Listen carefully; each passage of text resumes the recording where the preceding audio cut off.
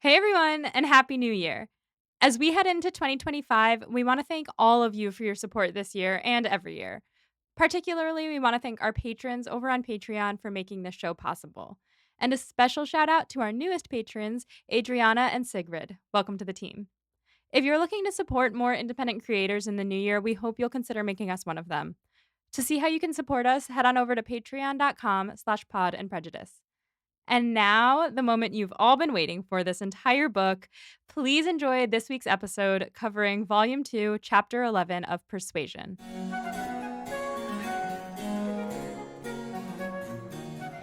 Oh, all right. Are you ready? Am I ready? You're not. I'm excited. Oh, boy.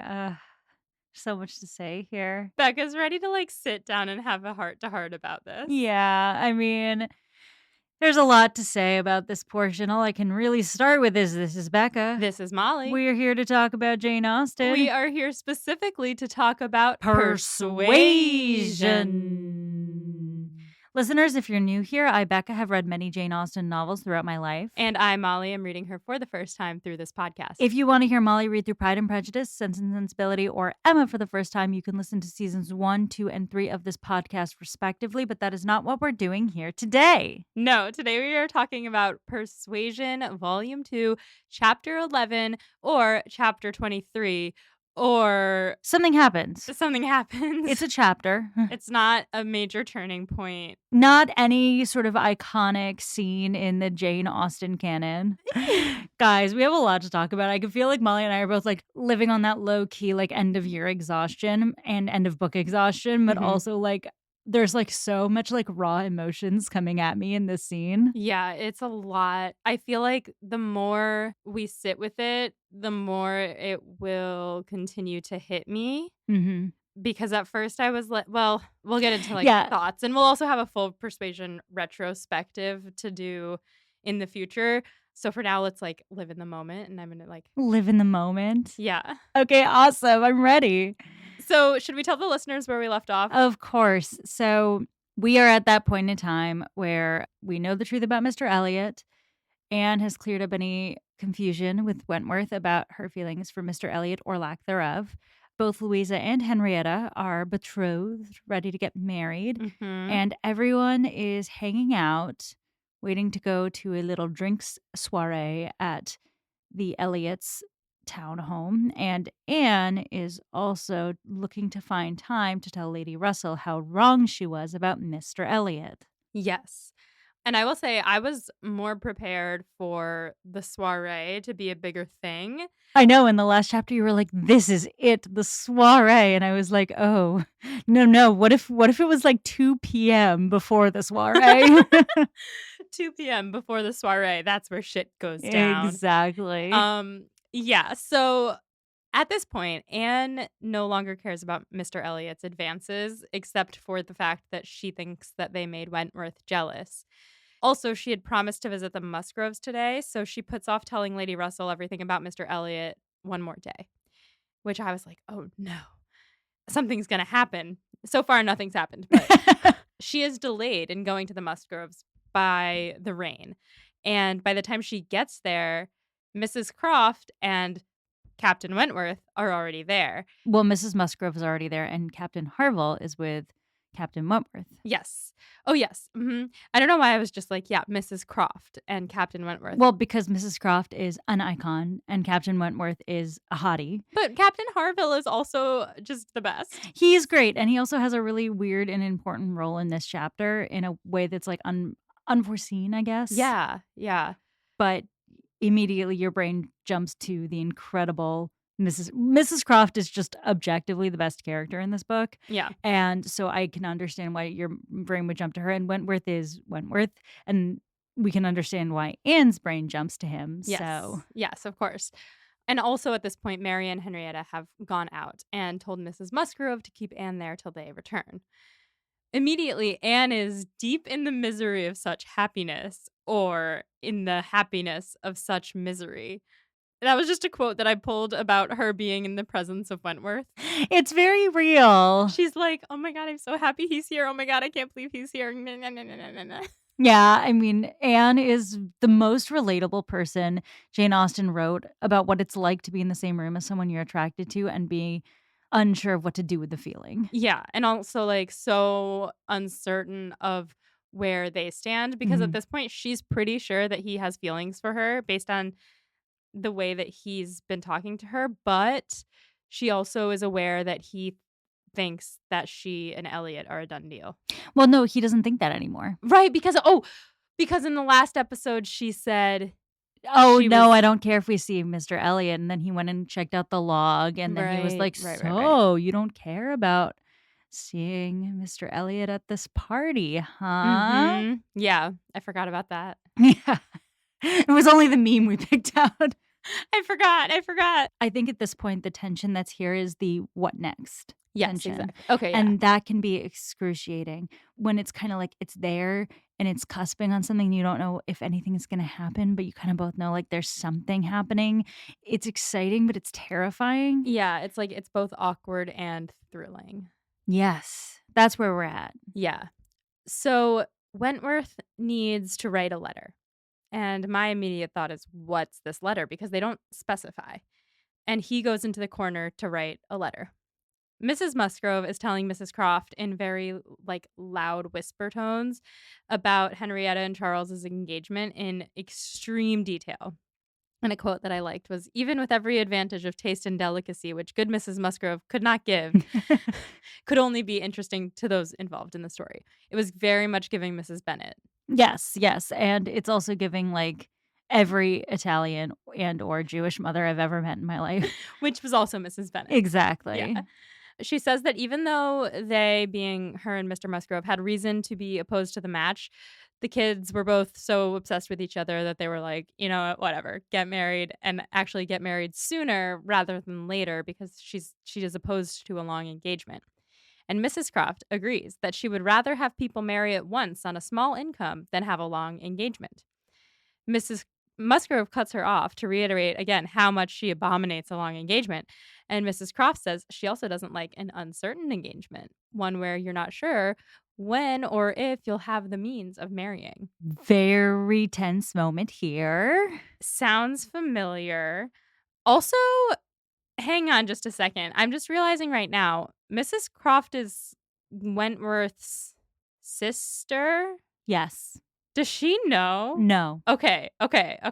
So the only people who know about this love affair between Wentworth and Anne are Anne's family, specifically just Elizabeth and Sir Walter, Mhm. Captain Wentworth himself, Mhm. Anne herself, Lady Russell, and Captain Wentworth's brother, the one Right. who's a curate. Right. So it's just a coincidence that Mrs. Croft has hit the nail on the head here. Yeah, it's just they're talking about engagements. Yeah. There's a lot of coincidental hitting the nail on the head in this scene. There is a lot, and it's odd that it's all so coincidental, but yes. I mean, it makes sense, and we'll talk about this a little bit more. One of the great things about this story is that so much is unsaid between these two main characters, but the plots that exist outside of them reflect the complexities of their love story. And that's kind of the brilliance of the book is you have Henrietta and Charles Hayter the Hater out there showing like the risk of going for the love match, Mhm. and you have, and we'll get to it, Bennick and what it means to move on. Right. Which we'll definitely get to. Yes. And so to me, this is like not necessarily coincidences as much as it is the culmination of all the plots coming together Right. to make Wentworth and Anne confront how they feel about each other. Right. It's good writing. Spicy.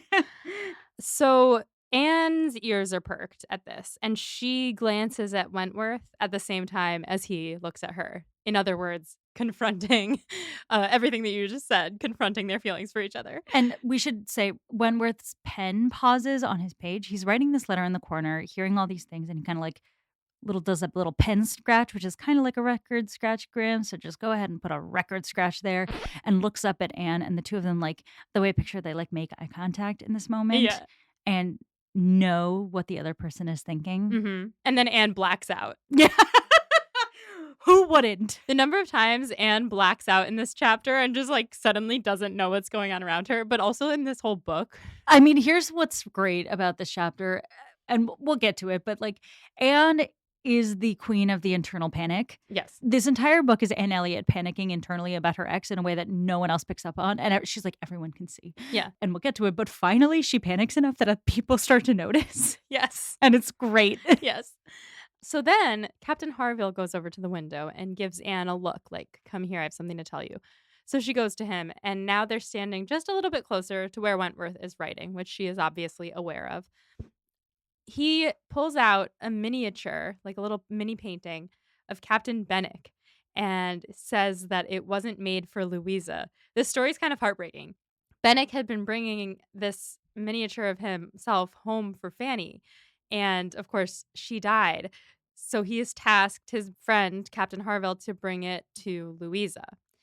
And he thinks, poor Fanny, he thinks that she would not have forgotten Benwick so soon if he had been the one to die. Yeah, it is a little heartbreaking, especially because for Captain Harville, he's still mourning his sister. Yeah, and it's like he can't blame the guy and they're still friends, but like it does feel It's a weird feeling. it's sad. And we've talked about this a little bit about the way in which the story does or doesn't judge Benwick for moving on so quickly. Yeah.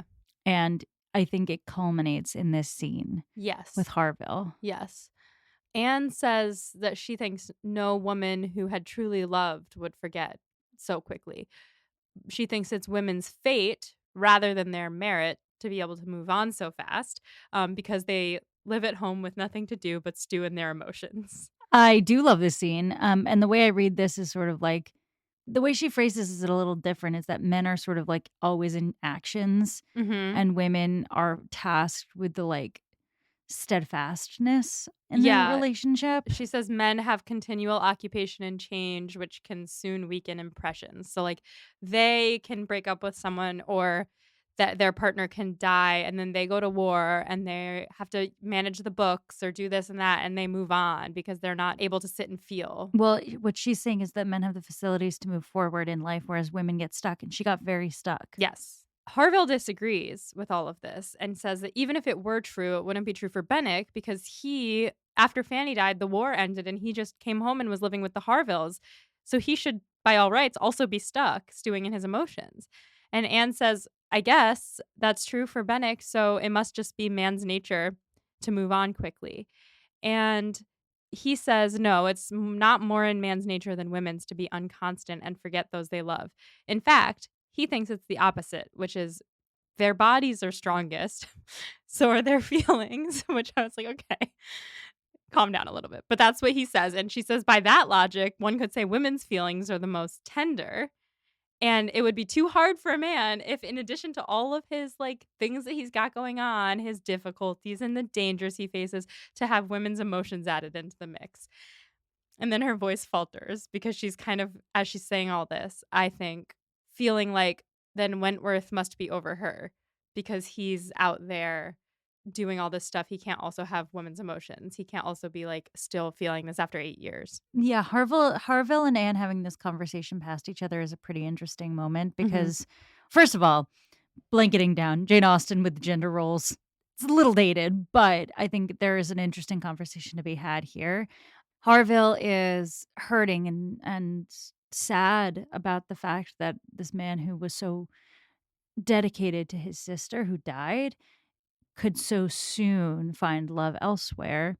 Mm-hmm. And I think he's dealing with that reality and whether or not he can live with that. And Anne is telling herself the narrative that she has told herself for 8 years about whether or not Wentworth could ever find her again. And the ease with which she says, oh, yeah, no, women are forever on these things. Mm-hmm. And out loud, too. It's not like Harville knows that Mm-mm. that's who she's talking about or she's talking from her own personal experience. So she's got emotions tied up in it. But this is, to both of them, they're talking about it as if it is purely academic. Right. And they're also both saying something that, like, she's saying something that is breaking her heart. And he's saying, well, that can't be true. And yet it's what's happened with Benwick. Mm-hmm. So he's like just baffled as to how that could have happened. And that breaks his heart. So they're both sad. It's an emotional scene for a Jane Austen novel. Really quite an emotional scene for a Jane Austen novel. Yeah. And meanwhile, in the corner. In the corner, Wentworth just, like, drops his pen.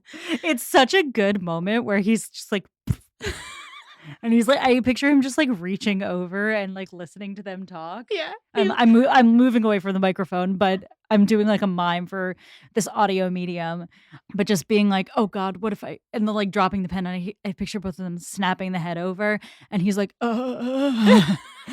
and they have to just go back to the conversation, but Anne kinda knows he's listening now, and Yeah. he's, like, stooping to pick up that pen really slowly so he can hear every word. Oh my god, wait, that's incredible. I had just pictured him, like, sitting there with his pen in his hand, not writing and listening and not realizing that his pen was just, like, slipping off the table, and then all of a sudden it falls, and then he's like, "Shit, how did they're gonna know."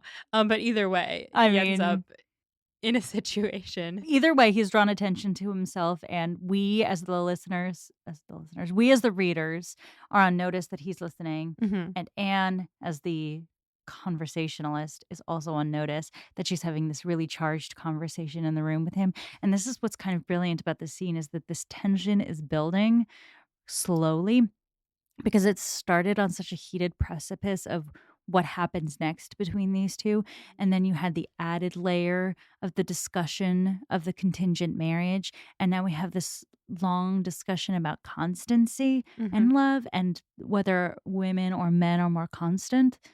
And these two know they're on the cusp of something in this moment. And these are the conversations being had around them. It's so tense. It's brilliant. Yeah. So they've both looked over at him, and Harville's like, "Are you done with your letter?" And he says, "No." And Harville says, "No rush. I'm having a good conversation with Anne over here," which also, like, coming in clutch as a wingman without even knowing. That's the story of this chapter. Yeah, it really is.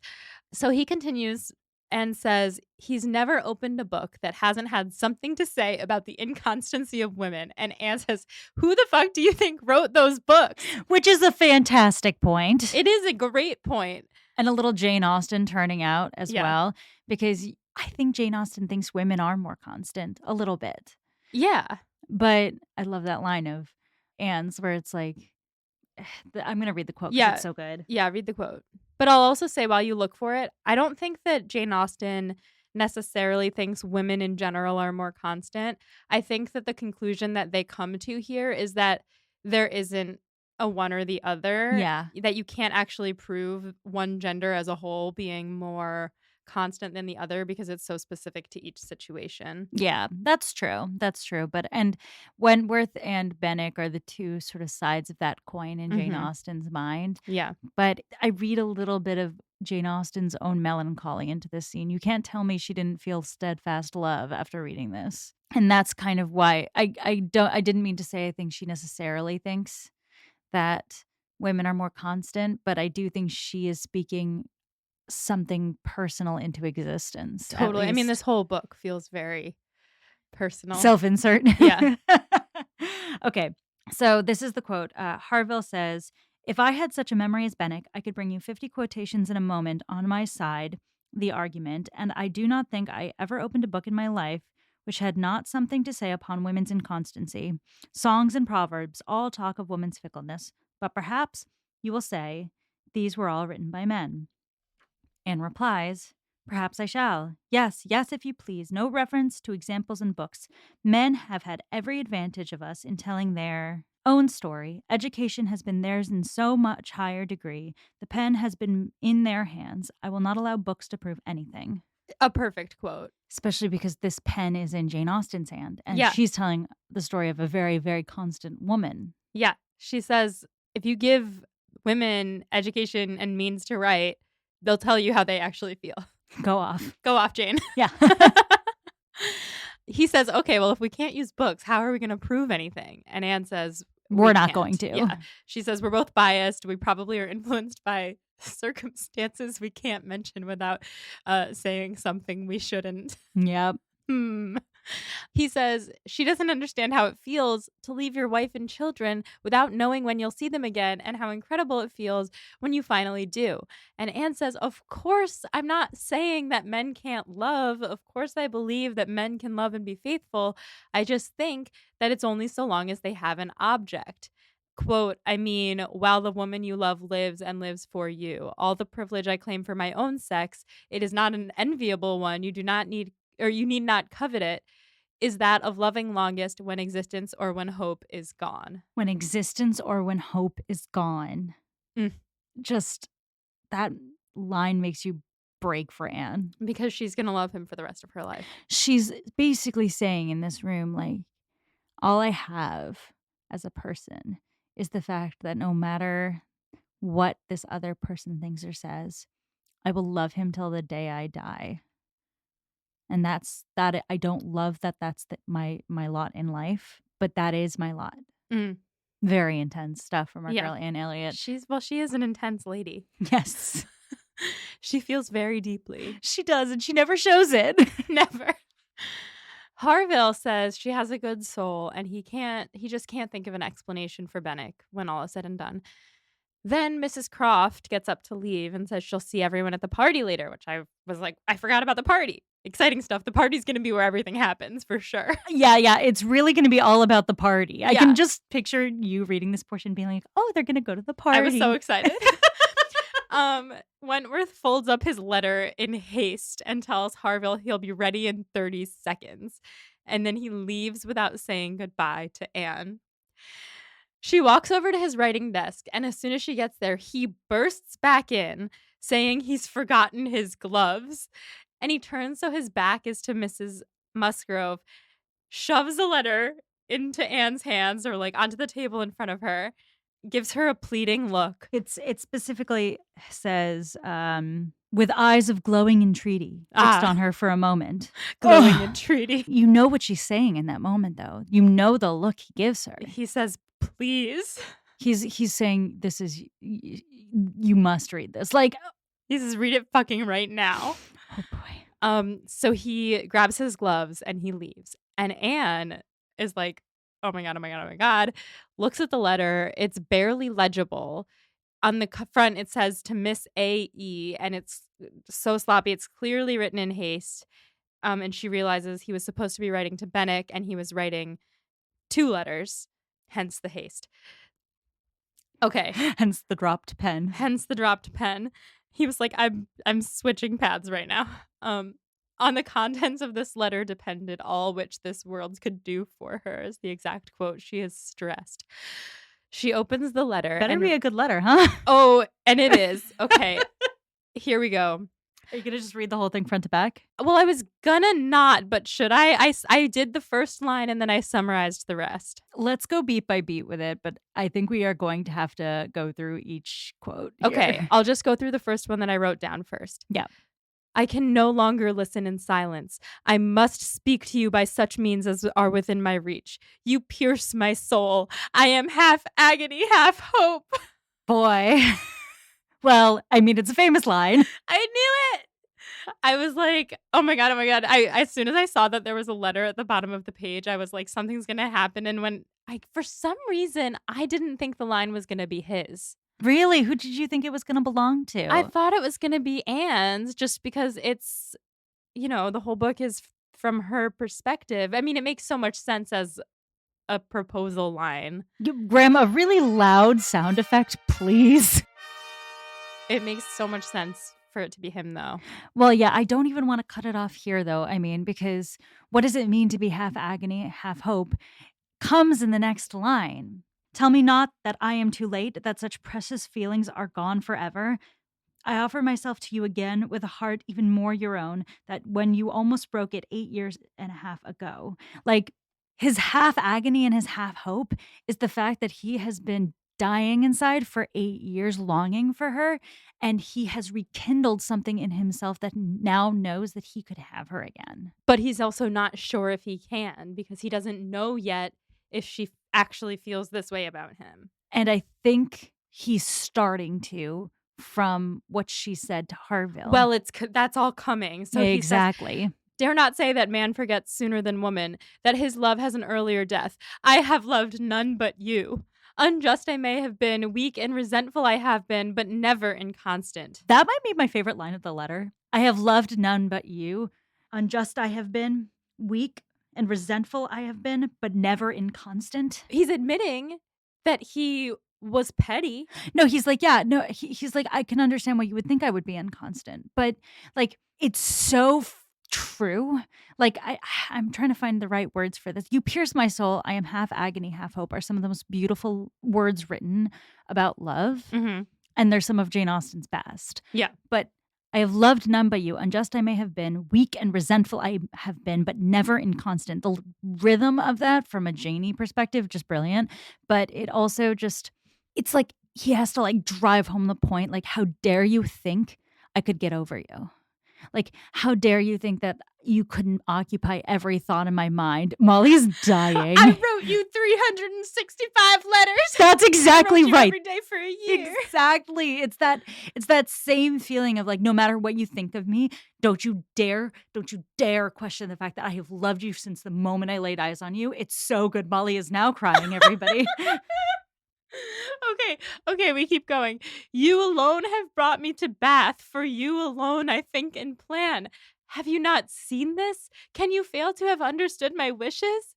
I had not waited even these 10 days could I have read your feelings as I think you must have penetrated mine. So he knows that she knows that he loves her, I think. He's not hiding it anymore. Right. He's being pretty obvious. Yeah, he's like, and she's like, oh, I think he does like me, but what does this mean? And it's like, no, and if he loves you, he's a man of action. He's gonna do something and about it. he always has been, because that's hot. That's hot. Yeah, he's this hot. is all right. And this goes along with what she loves about him in the first place. He's a really sturdy character and one who will pursue what he wants no matter what. That's what makes him different from Mr. Elliot, is that Mr. Elliot is sort of this like chameleon who's a little too proper, a little too polished. And even when Anne didn't think he was a shitty person, she said, no, what I like is a person who, no matter what's like, holds true to their convictions, like who is themselves in like a fullest sense. And Wentworth is who he is, and who he is pursues what he wants. And what he wants is Anne. Oh, yeah. Yeah. I can hardly write. I am every instant hearing something which overpowers me. You sink your voice, but I can distinguish the tones of that voice when they would be lost on others. Oh! And then he hears her saying that men can love, and he says, too good, too excellent creature, you do us justice indeed. You do believe that there is true attachment and constancy among men. Believe it to be most fervent, most undeviating, and F.W. Frederick Wentworth. Is that in me? Is he saying in me? Yes, and believe the love to be most fervent, most undeviating in me. That was a sign off. That was a sign off Yeah. of the letter. I was like, did he cut himself off with stress? No, he is cutting himself off to put his initials there. Mm. That's how he signed the letter. Believe it to be most fervent, most undeviating. To pull back for a minute, this man is so dramatic. He's so dramatic. But like in like the hottest man way, in that way where this gives like eyes blazing, like beelining for you in the rain. Mhm. This is giving Noah in the Notebook Yeah. a little bit, is what we're getting at. But and I'm not even that big a Notebook fan, but like that scene where he like walks to her and like just like takes her in his arms, like with like on a mission. That is this letter. That is the Jane Austen equivalent of like purposefully strolling towards the woman you love and taking her in your arms and, you know, laying one on her. This is explicit, but let's not get too explicit. We won't get too explicit. Then we've got a postscript. I must go, uncertain of my fate, but I shall return hither or follow your party as soon as possible. A word, a look will be enough to decide whether I enter your father's house this evening or never. So all she has to do is say, I want you to come to the party, and he is on one knee. If she doesn't give him word, then that'll silence him on this matter forever, to use a quote from another book that we love. Yes, I think that is exactly it. And I think it's the 3 words, 8 letters, say it, and I'm yours. Yeah. It's just say the word, and I'm yours. Yep. I don't think that's their song. It's No. Although I will say this, if you recall, we promoted an album by Amanda Fagan based on the Jane Austen novels. Shouts to Amanda. Her work is excellent. The song she wrote about Persuasion, which you were not allowed to listen to, was Half Agony, Half Hope. That's so good. That whole song is an absolute fucking banger. So we've reached the end of the letter, and we will panic with Anne in a minute, but I do want to ask you, did you know that this book involved a letter? No. Okay. I think I had heard that this book involved a letter beforehand, and I knew people liked the letter, but I didn't know. I'm really glad it was a surprise for you. Yeah, well, I mean, there's always I've now realized and I don't think I realized it until now. I guess Sense and Sensibility doesn't really have one, but, like, the big outburst of emotion from the man. Well, Sense and Sensibility has the big outburst of emotion from the woman Yeah. when Edward comes back and it is clear he's not married to Lucy Steele Mhm. and Eleanor breaks down. Yeah, that fucking rocked. Yeah. But, like, I mean, we're gonna get into this in the study question, so I won't Yeah. get into it right now, but I didn't know there was a letter, and I loved that it happened in a letter because it's so fitting with what I know of Wentworth so far because also, like, we haven't really gotten to know Wentworth, I feel like, firsthand. This is where we do, in my opinion. Yeah, because so far it's been a lot of, like, "Meh," like, "Oh, she's here." Meh. Um, It's a lot of, "Oh, he's here." Ugh. yeah, exactly. The whole book is, "Oh, they're over there." Eh. Yep. And now he's, like he's written it all down, and then he's like, "Meh, read it." Yeah, this is a book where he's a stone wall, and you hear he's an incredible flirt. You hear he's the true love of her life, like, that their souls are matched. Mhm. When you read this letter, you kinda get why. Yeah, because 'cause they're very similar, but in a good way. They have the same deep passion for each other, the same hidden but ever present pull towards each other. This level of intensity, this level of passion, this level of deep yearning Mhm. is so specific and is so wrapped up in pain for both of them. And the fact that at the very end of the book, I think of this chapter as the book where you split open Wentworth, and the whole book is sort of like backtracked, like post dated. Like you get the whole book from this chapter, if that makes sense. Right. Like you get what's happening the entire time. Yeah. This Yeah. makes it an interesting chapter. It's very much like, without giving anything away, I really like the television series Veronica Mars. Hear me out. Okay. And Veronica Mars, really, everyone kind of agrees that the first 2 seasons are the better seasons of the show, Mhm. and there's a main mystery in each season. Mhm. And the first season, the whole thing is, like, built from the beginning because it's really, like, built around, like, the personal story that connects Veronica to the murder. And so, like, watching the first season, like, each episode is, like, an incredibly propulsive force forward towards the solving of the mystery. Mhm. The second season, she's less emotionally connected to the mystery, but the way that it is revealed at the end makes the whole season make sense in a way that didn't before. So Mm. it's a really interesting way to frame it because it makes the whole thing more about the murderer than it does about the victim. Mm. Because the first season is very much about the victim, the second season is very much about the murderer. In this particular case, I feel like this love story is one you can only understand when you get to the end. Yeah, to bring it to another Kristen Bell TV show, it's like The Good Place season 1. Exactly. Everyone should watch both of those shows, they're both great. Yeah, and also because, like, the whole time we've been getting the love story from Anne's perspective. So to understand it fully, now we have Wentworth's perspective. Now we have to hear him out. Yeah. Yeah. So back into the story. Okay, so the letter ends and Anne thinks maybe she could have recovered with 30 minutes of solitude. I understand this so much because, like, when you get a really intense download of information, if you have to go into socializing immediately afterwards, it's a nightmare. No, I cannot do it. I cannot do it. I often will, like, if something happens while I'm at work, for example, I just run away. I will be, like, in a situation where, like, if I get, like, a really long text message that I know is gonna be really intense, I'm like, "I can't touch that while I have other things to do." Yeah. So, like, if I were Anne, I probably would not have read that letter right away. I would have been like, "I'm gonna, like, hang No, out."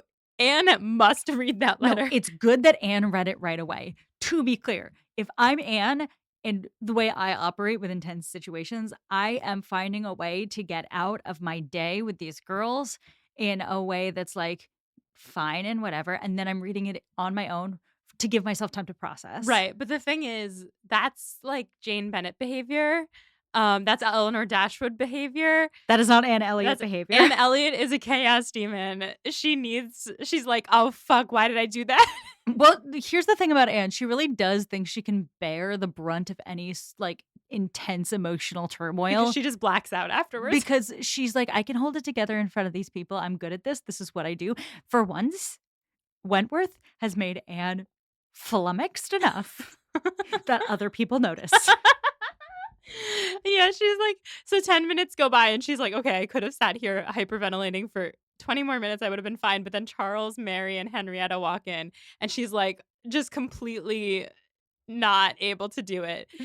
Um she's fully blacked out. She's like not listening to what they're saying and they're like, "Do you need to go And home?" she's like, "Yeah, in fact, I'm not feeling well." She's like, "I'm indisposed." Which is bad because then Mrs. Musgrove's like, "Oh my god, you have to get, like, the walking thing The home," and she's chair. like, "No, no, no, no, because I wanna see if I can find Wentworth, Yeah, so she I need to basically walk." she wants to go outside. She's like, "I need to walk. He's gonna be out there for waiting for me somewhere, and I need to find him."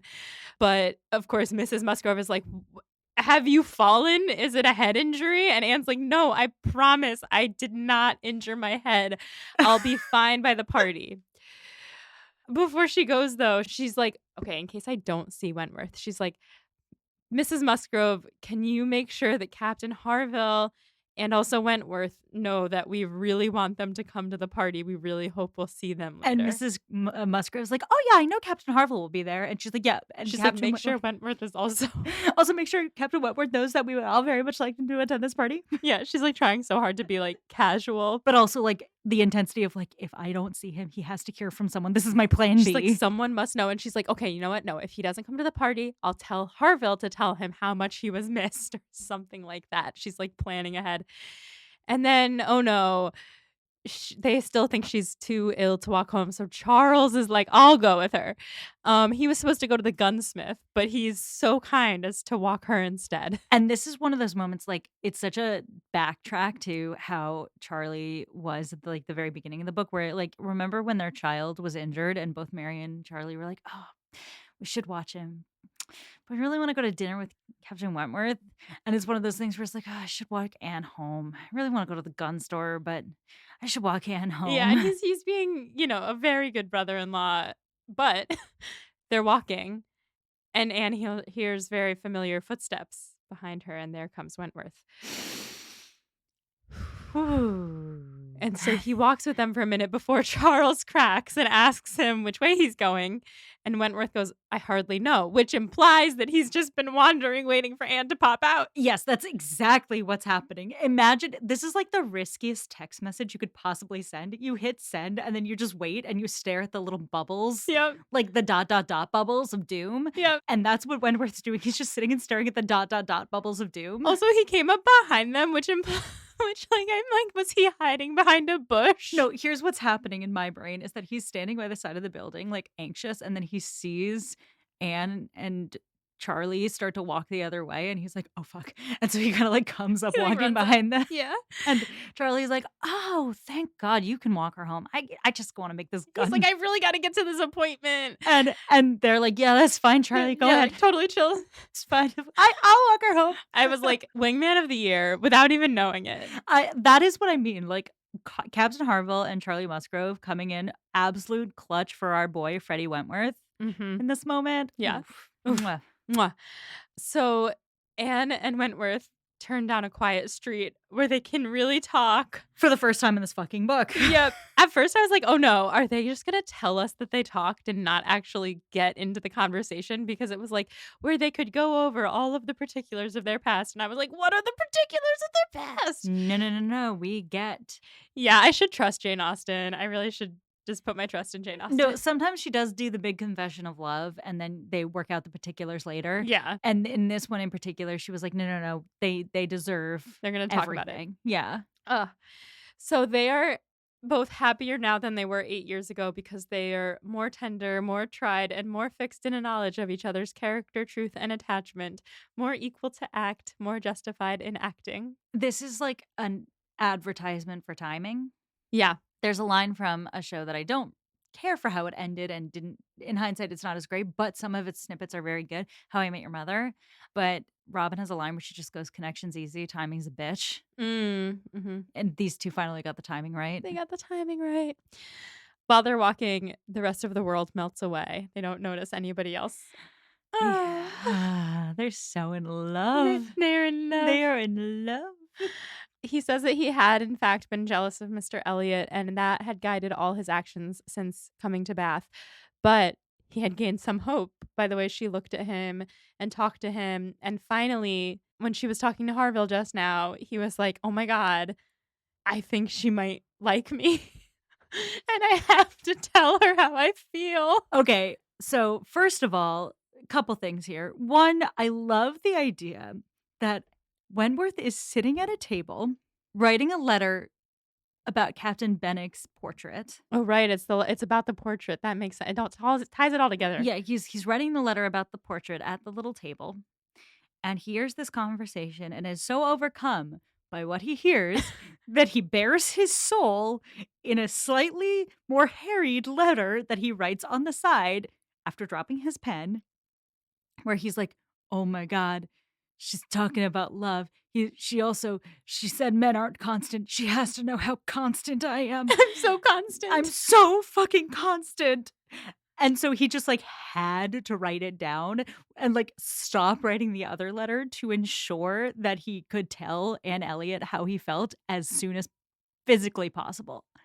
Very good stuff. Second of all, we have spent this entire book inside of Anne Elliot's head, hearing her panic about Captain Wentworth and how deeply in love with him she is. And I love that Wentworth's like, "I had no idea until that conversation you had with Captain Harville that you still loved me." And it goes to show that our girl Anne has been internally panicking like a pro this Mhm. entire book. And part of the reason I love this chapter is finally she gets to panic outwardly a little Yeah. bit. Yeah, she gets to freak out a little. He reiterates that he has never loved anyone but her, even if it was unintentional. In fact, he tried to get over her. He thought he had succeeded, but when he believed himself to be indifferent, he was really just angry, which goes to show that the opposite of love isn't hate, it's It's indifference. indifference. And we've talked about this so much, whether or not Wentworth still loved her, how he felt about her, whether he got over her, whether he was trying to make her jealous, what he was trying to do in those moments. The plain truth of Wentworth's journey here is he was desperately trying to get over her in those moments Yeah. after 8 years. Yeah. Breaks my heart. He admits that he had been unjust to her merits because he had been a sufferer up from them. He thought she was too perfect, so he was mean about it. It was only at Uppercross that he started to do her justice, which I think was like started to see that she wasn't, you know, a bad person. And this is where you throw into light some of these moments we have in Uppercross.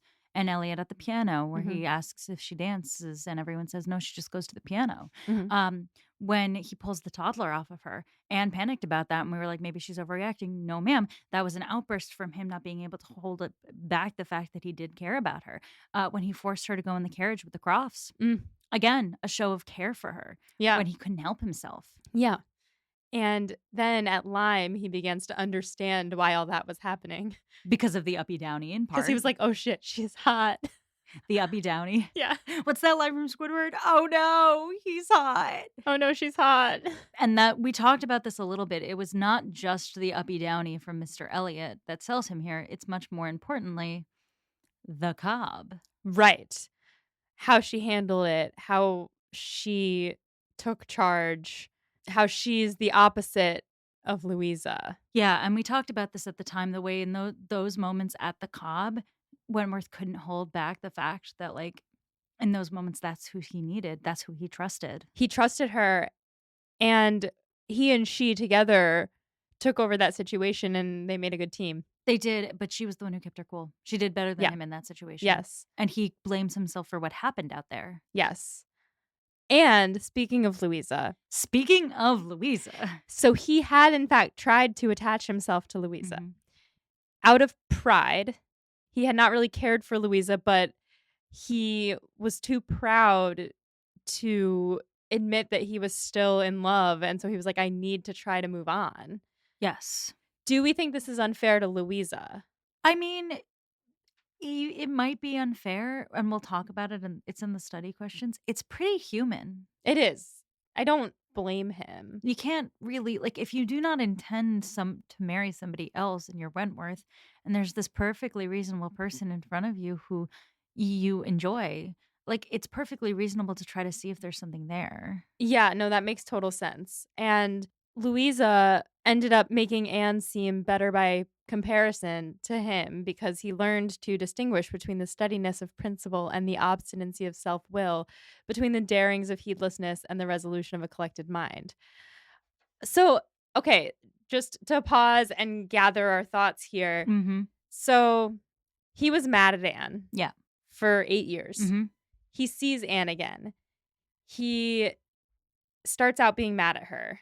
Very mad at her. At Upper Cross, he starts being less mad at her and starts to admit that he cares about her. I think at Upper Cross, he's still not totally admitting it to himself. It's just happening. He's just instinctively caring about her. Exactly. You can't stop yourself from loving somebody. And does he stop himself from being as mad at her? No, I don't think so. What does do her justice mean?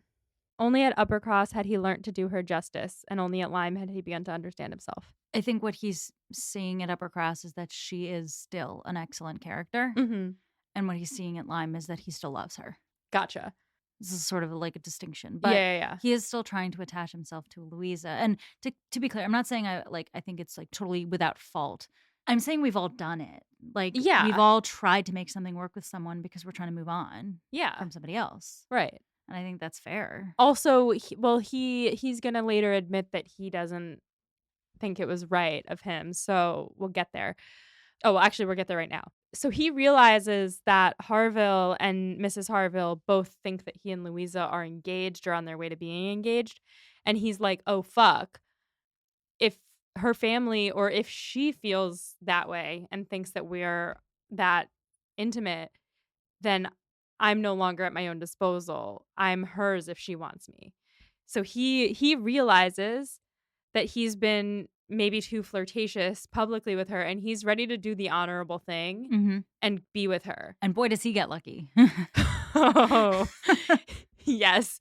Well, first he admits that he could have tainted her reputation, and he knows that he has to go on thinking of himself as bound to her if she has feelings for him. But they're not there yet, so he decides, "Okay, well, I'm gonna go visit my brother, and I'm gonna see if I can leave Lyme and let this dissipate and let the speculations dissipate." And he's with his brother for 6 weeks, and in that time, thank God, Louisa gets engaged to Bennick. Exactly. Phew. While he's with his brother, Edward asks about Anne, asking if she has altered, not suspecting that to his eyes she could never alter. And Anne hears this, and it's better for her even than just, like, hearing, "Oh, like, I'm still hot," but it's better for her to hear when compared with what he said before. I was confused about this bit because Sure. she says that this is the result, not the cause of the revival of his warm attachment. What she's saying is that she was never ugly. Anne was always hot. Anne was always hot. Hashtag Anne was always hot. Yes. Or if you want to take it a little bit more self-deprecatingly, maybe Anne is not that hot, but she is. We know she is. But Mhm. what she's saying basically is that when we're thinking she was altered, had Was the nothing, result of him being mad at her. and his love for her now makes him now see her in a different light. It's not the cause of it, though. The cause would be that he realizes she's hot and wants her back. It's that he now wants her back and therefore is acknowledging that she's hot. Because the cause is her character and that Yeah. he loves her character. The cause is that they're soulmates. Like, Ah! Okay. Thank you for clearing that up. no problem. It's very romantic. It is. Okay, so Louisa gets engaged to Bennick and he's like, "I'm going to Bath." And he wonders if it was bad that he was like, "Maybe she still loves me." But he was hopeful because he knew that Anne was single and she had refused one man. This is a fascinating little moment Yes. because we talked about the moment when Louisa notes that Anne refused Charlie Musgrove. Right. And we were like, is he jealous? Is he like, oh, she was persuaded away from that guy too? No. It taught him to hope. She said no to a man of higher status than him. And in his mind, what that perked up was not jealousy.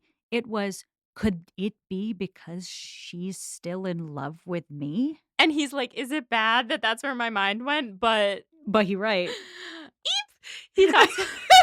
We are just really flustered as a flustered. twosome here. He then talks about the concert and how at times he felt really hopeful, but then he also was devastated because she was there with Elliot and also her family was there, and he was like, "Oh shit, like they're all gonna be pro Mr. Elliot." And he feels like a fool, and he looks on in agony as he sees her with Lady Russell, and then, quote, "was not the recollection of what had been, the knowledge of her influence, the indelible, immovable impression of what Persuasion had once done." It's in the title. Was it not all against me? And Anne says, well, you shouldn't have worried about that now because I'm older and wiser. And also, she reminds him that she yielded to persuasion exerted on the side of safety, not of risk. She thought she was yielding to duty at the time, but she has no duty to marry Mr. Elliot. In marrying a man indifferent to her, all risk would have been incurred and all duty violated. I think what she's saying here is when she was persuaded by Mrs. Lady Russell, she was being persuaded to the safe option and away from the risky option. Yeah. But it would be more risky to marry a man who doesn't love her. Yes. But she would be able to keep her house, though.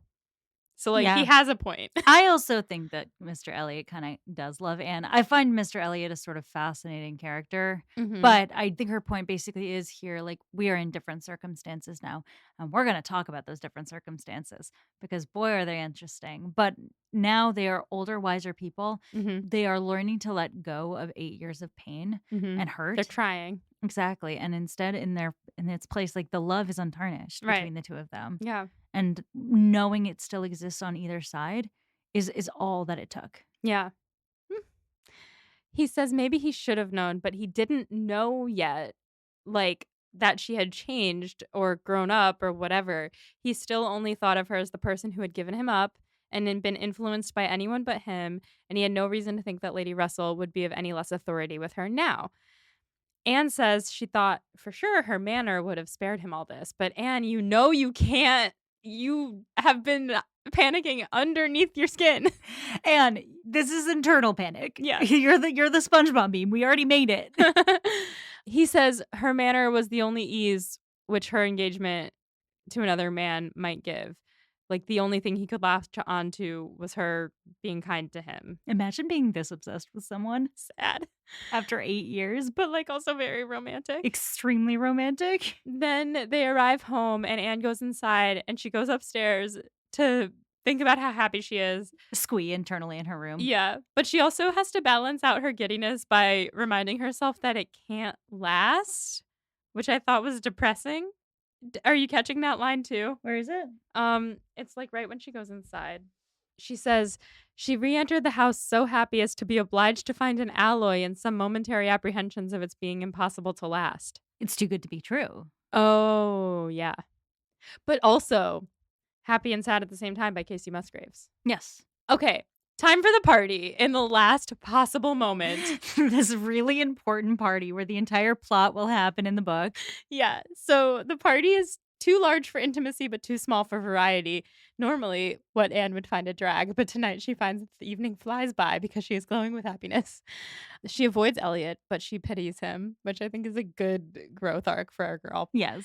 She's amused by the Wallaces. The Dalrymples are just innoxious. Oh, who? The Lady Dowager Viscountess Lady Dalrymple and Baby Dalrymple. Thank you very much. Are innoxious cousins or having no adverse effect, not injurious to physical or mental health. They're just there. Really quick side note, I feel like it's innocuous. So innoxious is a word. No, but I feel like it's the same root as innocuous. It probably is because when I searched innocuous came up. Hang on.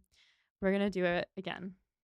Merriam-Webster says the meaning of innoxious is innocuous. It's the same word. Anyway, she doesn't even care about Mrs. Clay or her fathers and sisters. She is happy to chat with the Musgroves, Captain Harville, Lady Russell, and the Crofts, and of course, she has some brief moments with Captain Wentworth. For example, at one point, they're both pretending to be admiring some houseplants, and she says she's been thinking it over, and she's decided that she was right to be guided by Lady Russell way back when. The reason being, Lady Russell was like a mother to her at the time. Quote, "Do not mistake me, however, I am not saying she did not err in her advice," which I thought was sweet because she's seeing that Lady Russell really did have her best interests in heart. This is a really interesting passage just generally because I think it answers without answering the question of whether or not Anne was right to be persuaded away from Wentworth. I mean, it answers what Anne thinks, which is that she thinks she was right. The way that it's written here, though, like whether it was the right or wrong decision, whether Lady Russell was right or wrong, basically what she says is we can never know. Yeah, she says it's one of those cases where it's only the advice is only good or bad as the event decides. So like Exactly. whatever the outcome might be. So in this regard, of course, it looks like the wrong decision now that Wentworth's been so successful and their love has persisted. How would they have known? Lady Russell could not have known that. Right. And Anne says she would never have given the same advice, but she also wouldn't have known what she knew now. Like now she knows and she would never give that advice. But she does say if she had not done what Lady Russell had persuaded her to do, she would have suffered more in continuing the engagement than she did in giving it up because she would have suffered in her conscience. I think because she felt she had a duty to Lady Russell and to Captain Wentworth because she would have thought she was taking on a very risky match for both of them. right. And remind me why it's risky for him? I think it's like financial wise. It's like at the time he didn't have a lot of money. It's pretty much what, Mrs. Croft says to Mrs. Musgrove is that it's an uncertain future for the two of them. Right. And he would have had the need to provide for her earlier. Right. And he wouldn't have had the means to do that. They would have been cut off from her family. And Right. it would have made their lives very difficult. Yeah. And it would have worked out maybe because, he's very talented and he made his way up in the Navy. So it would have been a few years of hardship, but ultimately okay. But how could they have known? How could they have known? And she thinks that a strong sense of duty is not a bad thing in a woman. And he says, I'm not quite there yet, but maybe I can forgive Lady Russell in time.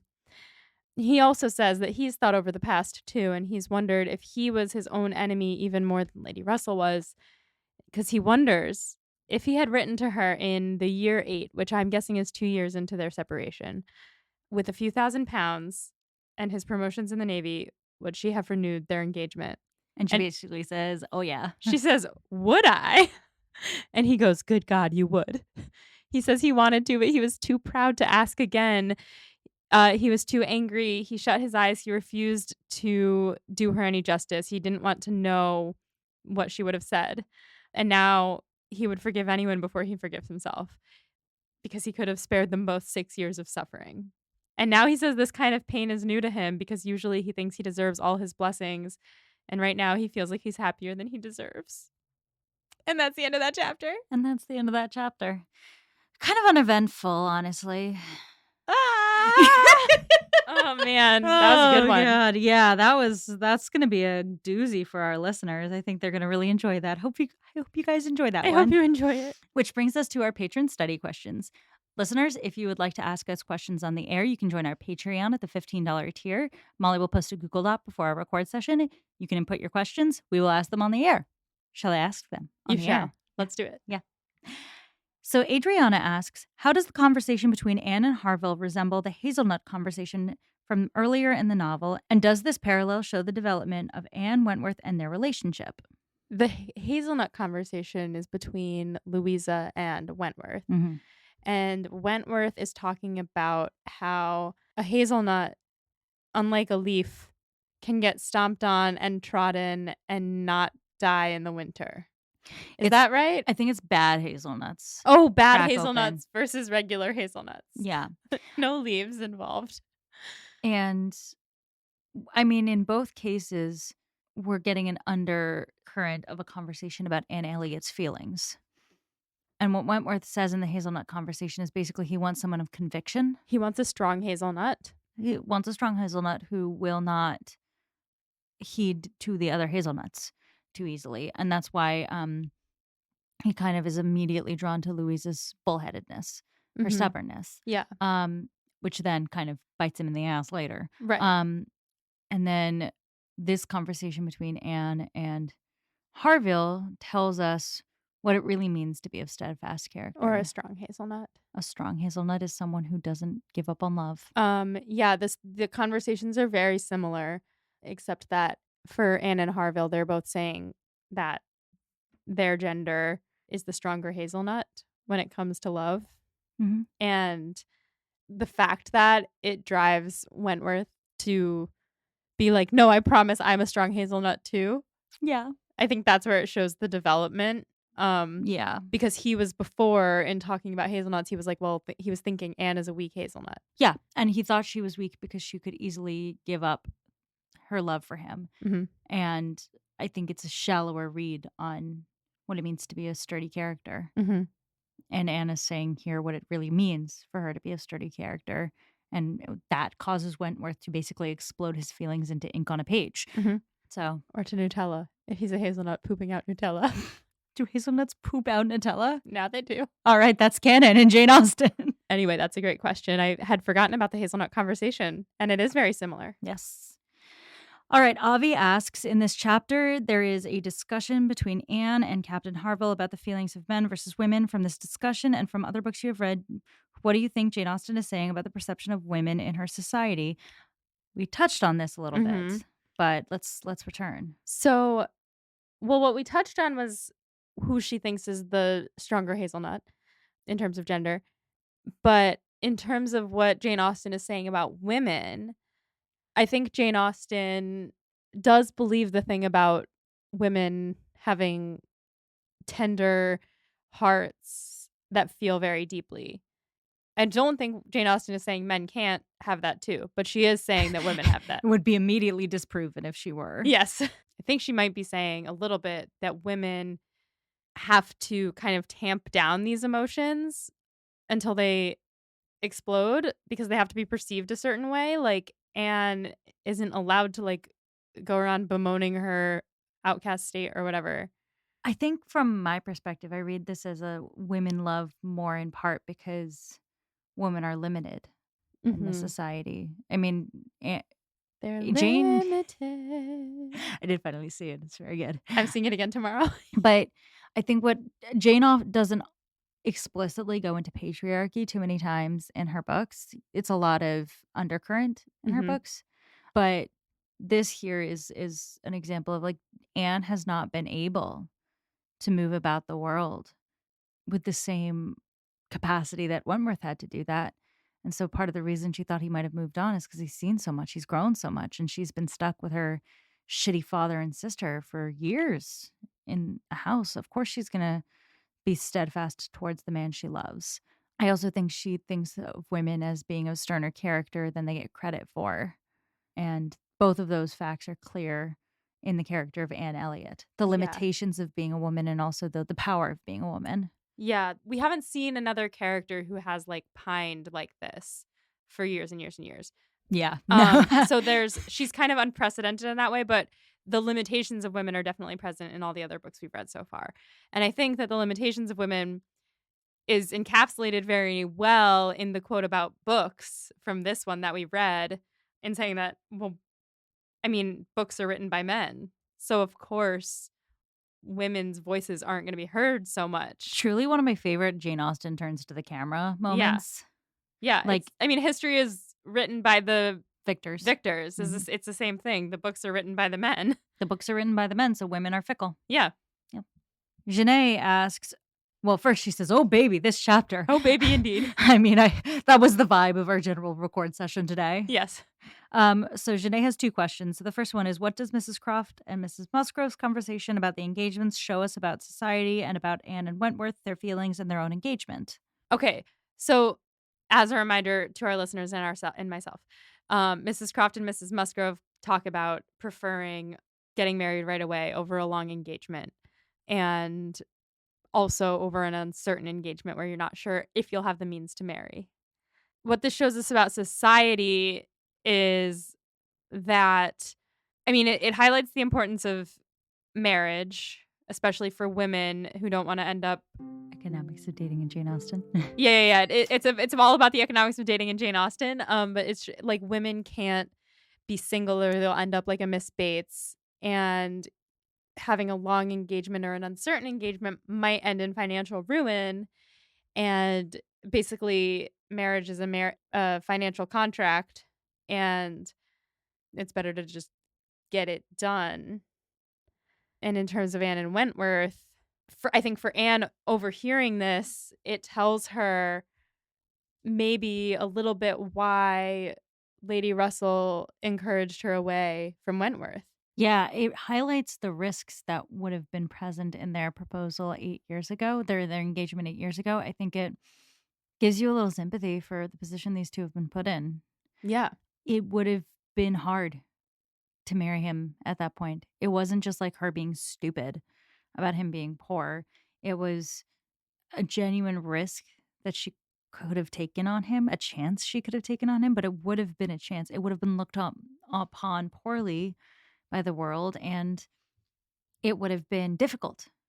And it kind of like abstracts the pain these 2 have between the 2 of them, where it's so personal what they both carry. But then in that one moment, it pulls out and it kind of says, actually, this pain these 2 people carry is a product of the society in which they live. Yeah. That's not their fault. It's just how things were around them. They've done what they can with it. And it works out happy in the end, but But, like, it might not have. and who knows how many countless couples in that time period were not so lucky. Yeah. I mean, they could have gotten engaged and had what Mrs. Croft calls an uncertain engagement, and then they could have ended up in financial ruin, and she could have ended up like, um, Mrs. Smith, Mrs. Smith, yeah. speaking of, Mm. if Mrs. Croft represents the best case scenario for what Anne's life would have been if she'd married Wentworth all those years ago, Mrs. Smith in many ways represents the worst case scenario, widowed with no income, cut off from helpful connections, etc. Does seeing both outcomes affect your opinion of Anne's original decision all those years ago? How do you think it affects Anne's ultimate opinion of her own actions? Mm. Very good question. Yes. I mean, I do think I mean, she says at the end of this chapter, "I think I was right to refuse you all those years ago, even though it broke my heart and I knew that it would, I couldn't have known how things would turn out." Oh, I don't know. It's hard. I mean, yeah, it is really hard. I think, like, one of the things that's just true in this story is that, frankly, you can't control who you love, and you can't control the circumstances around who you love. Obviously, it has a happy ending because it's a Jane Austen novel, but this is really, you know, this is Jane Austen asks really hard questions about what it means to really love someone and whether or not it is a good thing to choose love over everything else. I think in this book, she kind of makes the argument for choosing love and taking a chance on somebody. Yeah, But she also, on the other hand, kind of says, we will never know if that was the right or wrong decision for Anne. right. I mean, for all we know, Mrs. Croft married Mr. Croft when he was already successful. Well, Admiral Croft was from a better family. Right. So, like, she is the best case scenario, but she didn't have to make a choice like that. Like, she didn't have to take that risk. Yeah, no, she definitely didn't have to, but I think the point being, like, Mrs. Smith also, like, he was a pretty stable match when she found him. Right. The point is, like, you never know the risk you're taking. Right. You can have the utmost happiness and be Mrs. Croft and travel the world with your seafaring husband who gives you a beautiful home and a beautiful life, or you can end up with a rheumatic fever in, like, a slum in Bath. Like, life is hard, and making these decisions is hard, and I think, like, this book is a lot about circumstances outside of your own control. Like, is the persuasion that happens here wrongful or not?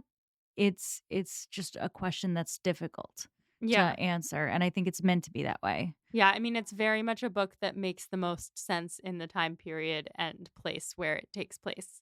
And I think we've done a really good job of kind of like trying to sink into that Yeah, perspective here. absolutely. But I think that also explains why there aren't as many adaptations of Persuasion. There should be more adaptations of Persuasion.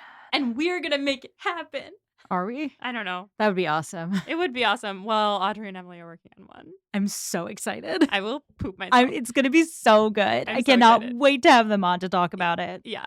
Going back to Janae's last question, where does half agony, half hope as a proposal rank for you in other main character proposals from the books you've read so far, e.g., Edward, Darcy, Knightley, etc.? Well, I forgot about Edward's proposal until we discussed it. Well, most of what Edward's proposal is I'm actually not married, and then Eleanor bursts into tears. Yeah, that's Bless a her beautiful heart. one. Yeah.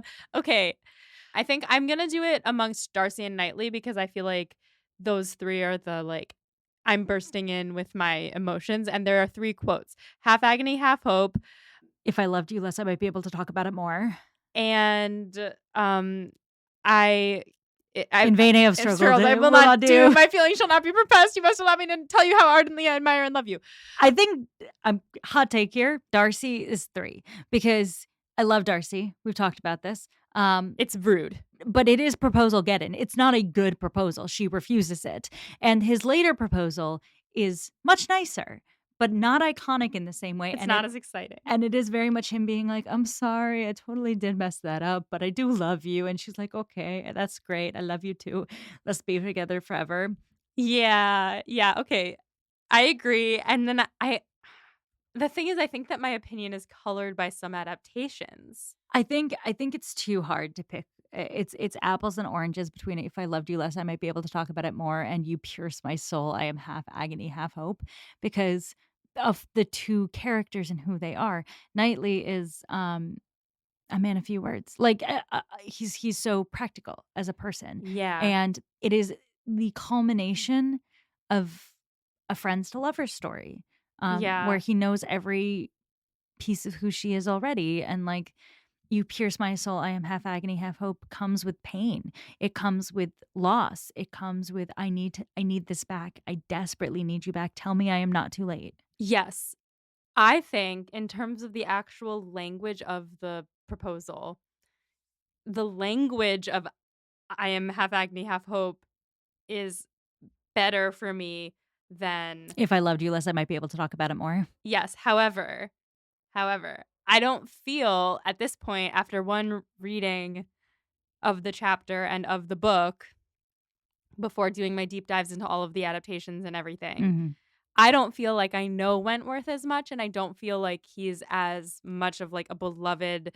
He's not as beloved to me as Knightley is, and so for that reason, right now, Knightley's proposal is number 1. I think I agree in terms of the fact that like I think Wentworth's I'll say it this way. I think Wentworth's proposal is the more romantic one. Yes. It shook me to my very core.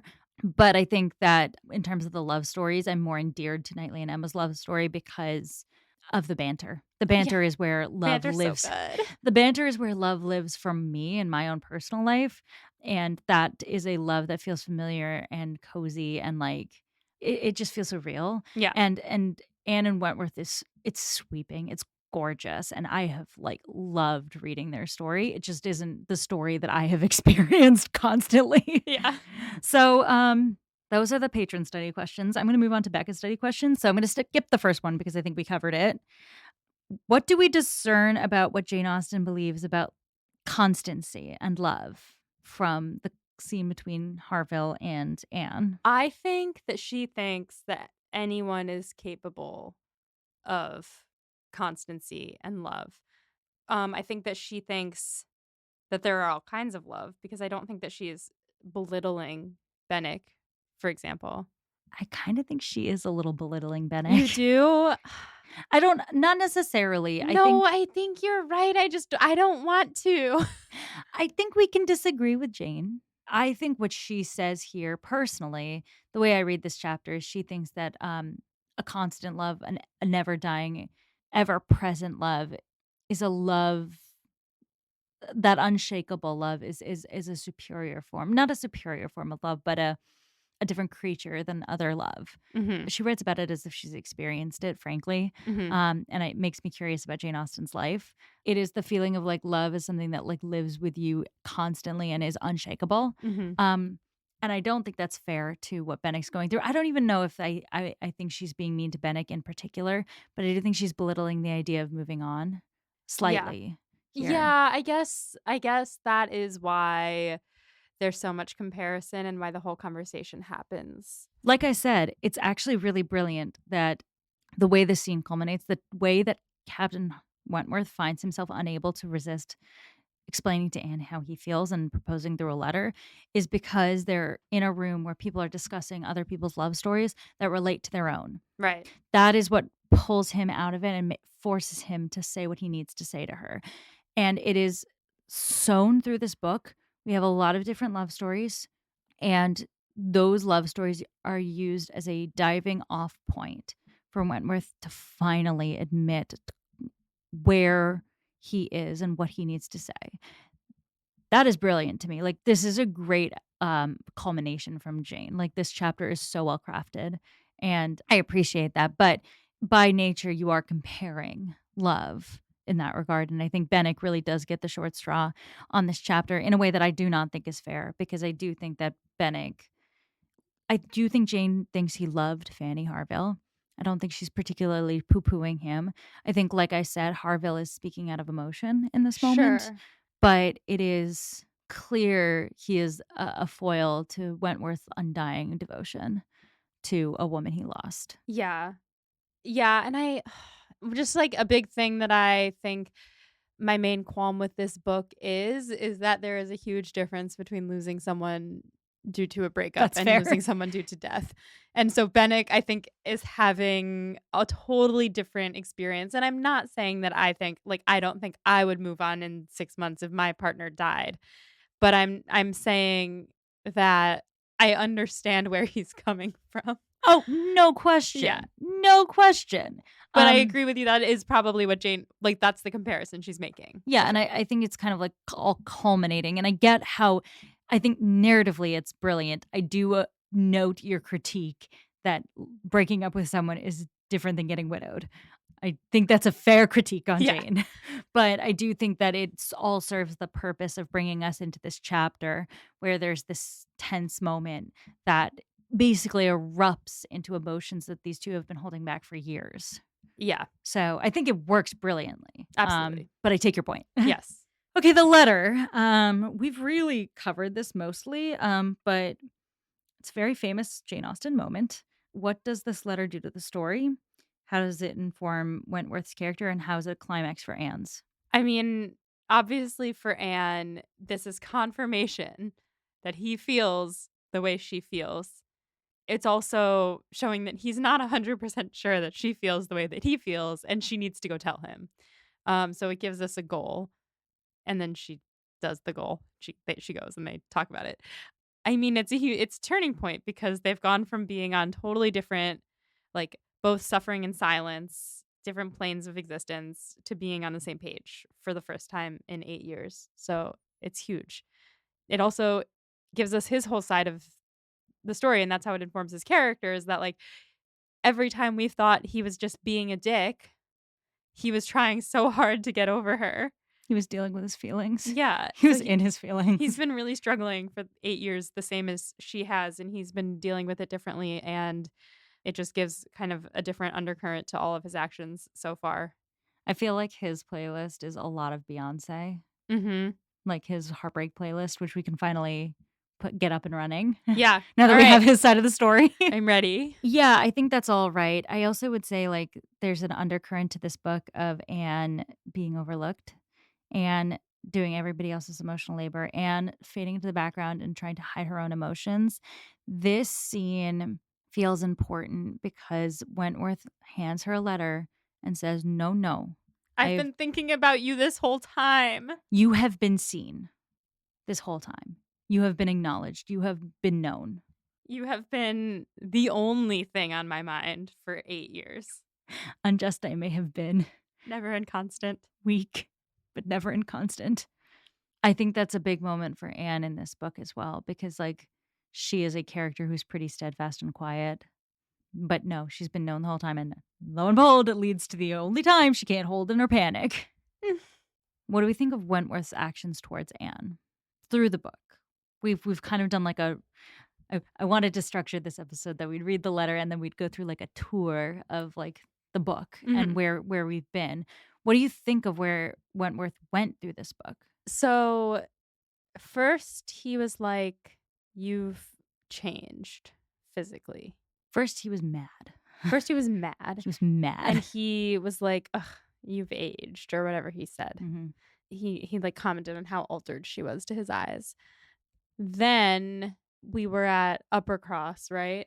Mm-hmm. And that was with the moments of him pulling the child off of her, offering her the carriage, handing her up into the carriage, like showing little moments of care for her. And she was like, does he hate me? Does he not?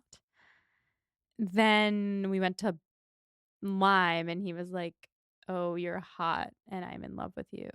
But we don't know that yet. We didn't know that yet at the time. Yes. We knew that he clocked it. So what do you think of all these things? What do I think? I'm trying. Okay. I mean, I have a lot more sympathy for him now, knowing what he's going through. It's a really human story. Yeah. I think that at the time I was frustrated with him. And I think part of why I feel like I wasn't able to rank his proposal number one is because I spent a lot of time being annoyed at him and being like, he's hurt our girl and he's making her second guess her hotness and he's making her hate herself for 8 years. And that's not, I mean, she did fuck up a little. Like, they both fucked up. Yeah, I think Wentworth is as much a victim of the circumstances Anne is. Yeah, and I think now we know that. And from my perspective, I think if Anne's story is the pain of like seeing a man you used to love and wondering if you'll ever know him again, Wentworth's story is the pain of spending 8 years trying to forget a woman who broke your heart and then seeing her again and having it all wash away. Yeah. She hasn't even been trying to get over him. No, she's like, no, I'll be in love with him forever and that'll be that. And Wentworth has been like, no. This woman broke my heart. She ruined me. I cannot believe that she was persuaded away from me by these horrible people in her life. And look at me now. Look at what I've accomplished. Look what I've achieved. I can fuck her. Like, and then he sees her again and it's like, no, actually, like this woman is every bit the woman who haunted my dreams for years.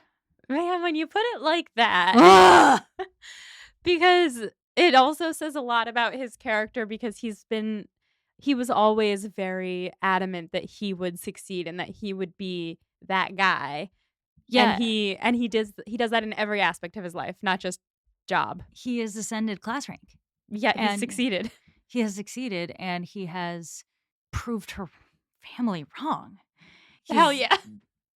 He's actually gone up in rank, which is difficult to do in society in these times. And he always knew he could do it. He always saw that in himself and saw that too, but didn't trust it enough to take a chance on him. Well, she would have potentially thrown everything away. She would have. But he believed in himself and she believed in him and she didn't act on her believing in him.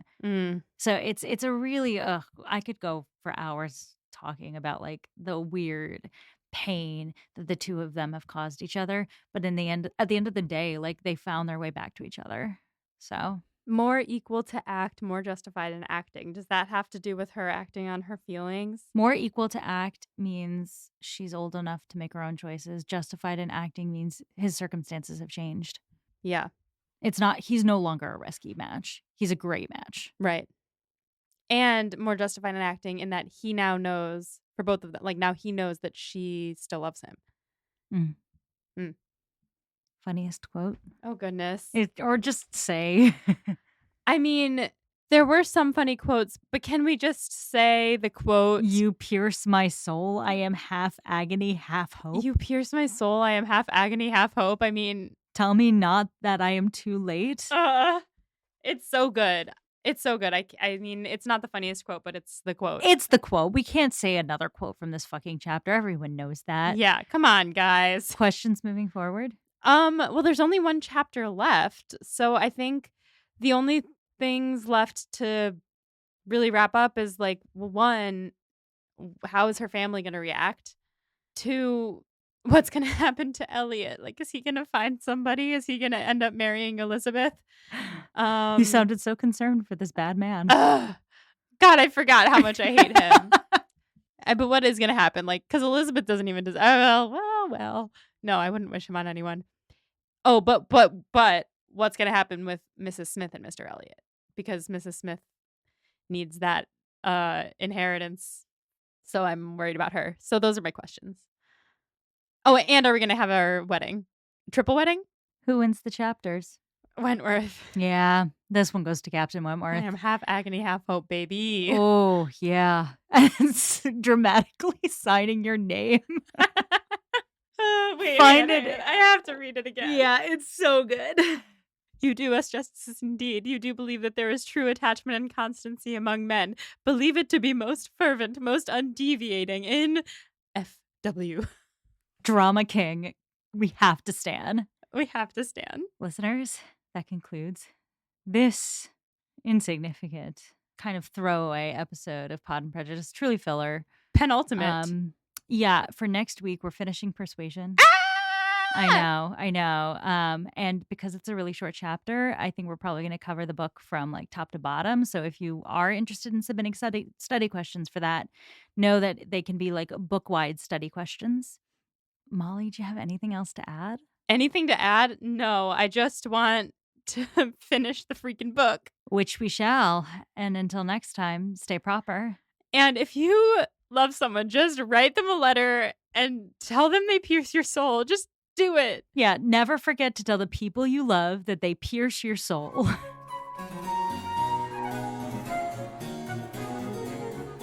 Pod and Prejudice is edited by Molly Burdick and audio produced by Graham Cook. Our show art is designed by Torrance Brown. Our show is transcribed by SpeechDocs Podcast Transcription. For transcripts and to learn more about our team, check out our website at podandprejudice.com. To keep up with the show, you can follow us on Twitter, Instagram, and Facebook at Pod and Prejudice. If you love what you hear, check out our Patreon at patreon.com/podandprejudice to see how you can support us, or just drop us a rating and a review wherever you listen to podcasts. Thanks for listening.